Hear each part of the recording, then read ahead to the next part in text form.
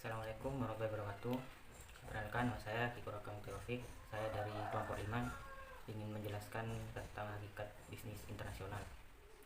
Di era globalisasi seperti sekarang, dunia bisnis tidak hanya terjadi di satu negara saja, tetapi dengan berkembangnya teknologi informasi dan kemudahan transaksi, maka bisnis pun sudah mulai merambah secara internasional. Padahal secara pengertian berbeda, ada beberapa hal yang membedakan antara bisnis internasional dengan perdagangan internasional, yaitu dibagi menjadi dua. Yang pertama, perdagangan internasional.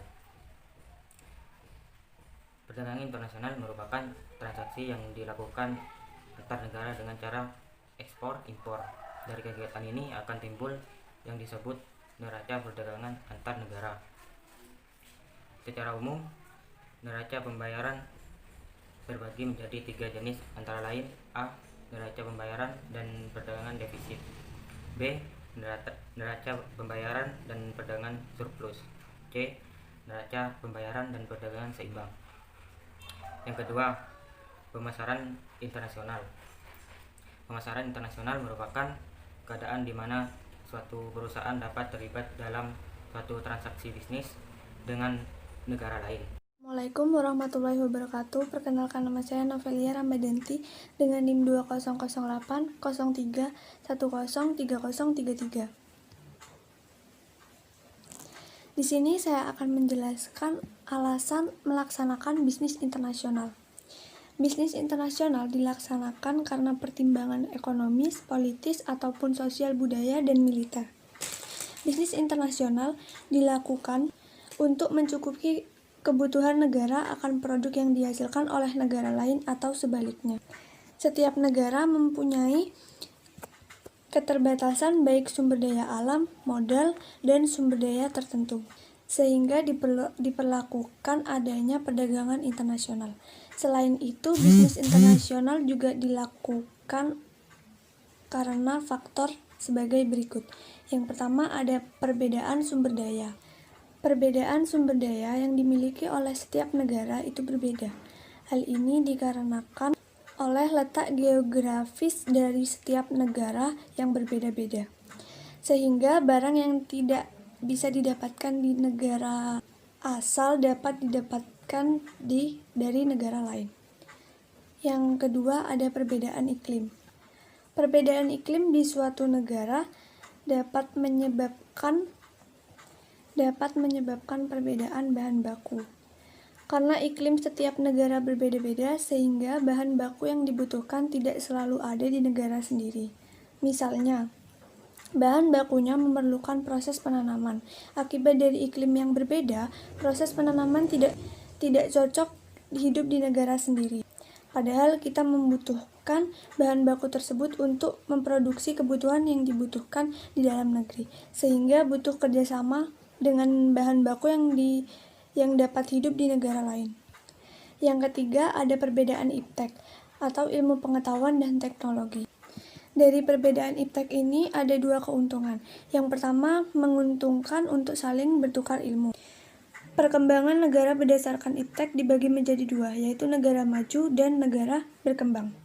Dengan adanya perbedaan ini, negara berkembang dapat bekerja sama dengan negara maju untuk meningkatkan ilmu pengetahuan dan teknologinya untuk menghadapi globalisasi dan perkembangan zaman yang semakin maju.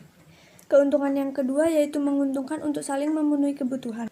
Apabila ada negara maju dan ada negara berkembang, maka dapat dipastikan teknologi yang dimiliki negara maju lebih efisien dan modern daripada negara berkembang. Maka dari itu, negara yang memiliki teknologi modern dan efisien dapat dipastikan bahwa apa yang diproduksi negaranya memiliki keunggulan tersendiri.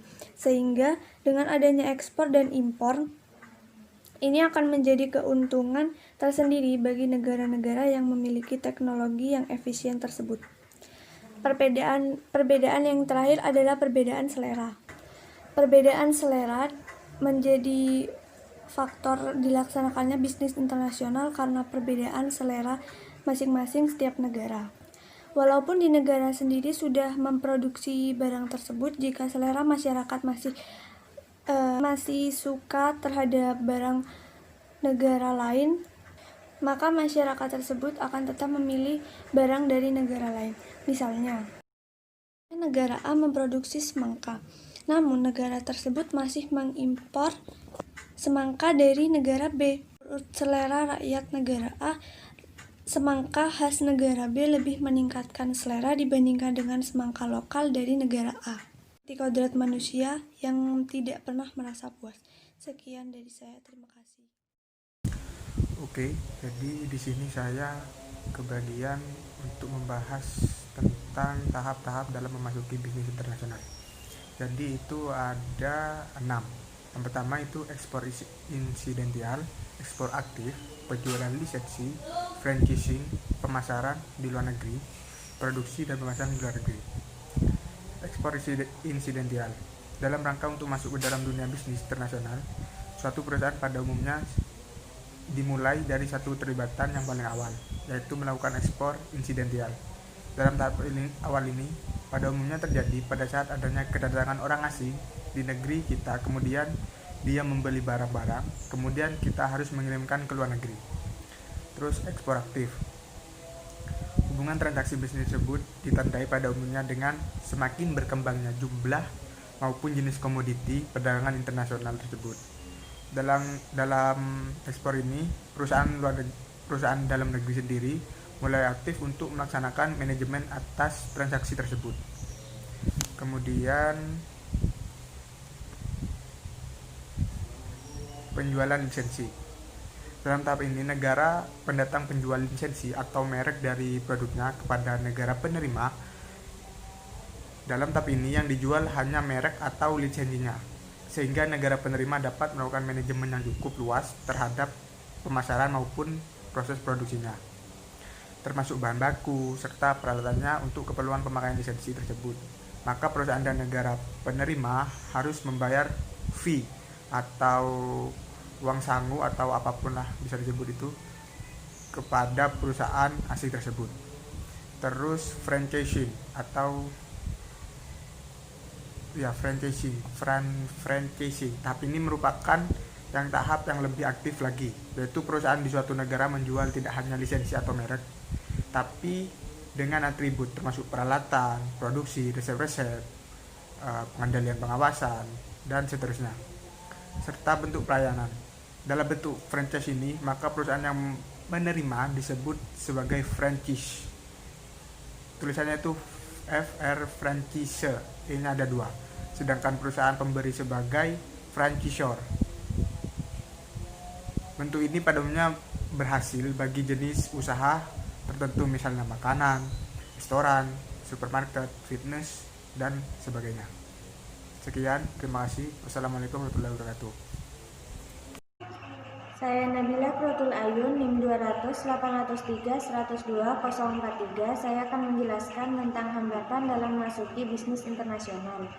Yang pertama ada sosial dan budaya. Dalam menjalankan bisnis internasional, banyak perbedaan yang harus dipahami. Produk yang dihasilkan harus menyesuaikan dengan bahasa, kebiasaan, adat istiadat, dan budaya negara yang bersangkutan. Yang kedua ada ekonomi. Setiap negara memiliki sistem perekonomian yang berbeda, sehingga dapat mempengaruhi operasional bisnis internasional. Yang ketiga, hukum dan politik yang terdapat dalam perdagangan internasional. Pemerintah suatu negara dapat mempengaruhi kegiatan bisnis internasional dalam beberapa hal. Mereka menciptakan persyaratan tertentu untuk melakukan bisnis di wilayah mereka atau bahkan melarangnya. Perusahaan multimedia atau perusahaan multinasional. Perusahaan multinasional adalah perusahaan yang melakukan operasinya di beberapa negara. Ciri-ciri perusahaan multinasional yaitu 1.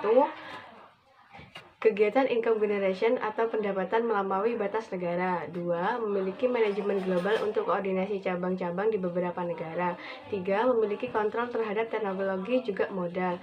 4. Memiliki sistem modal ventura, lisensi, dan franchise dengan sistem manajemen yang melampaui batas negara. 5. Biasanya memiliki subkontraktor untuk kegiatan produksi. 6. Menempatkan alisiasi di negara-negara maju. 7. Visi dan misi berbasis global.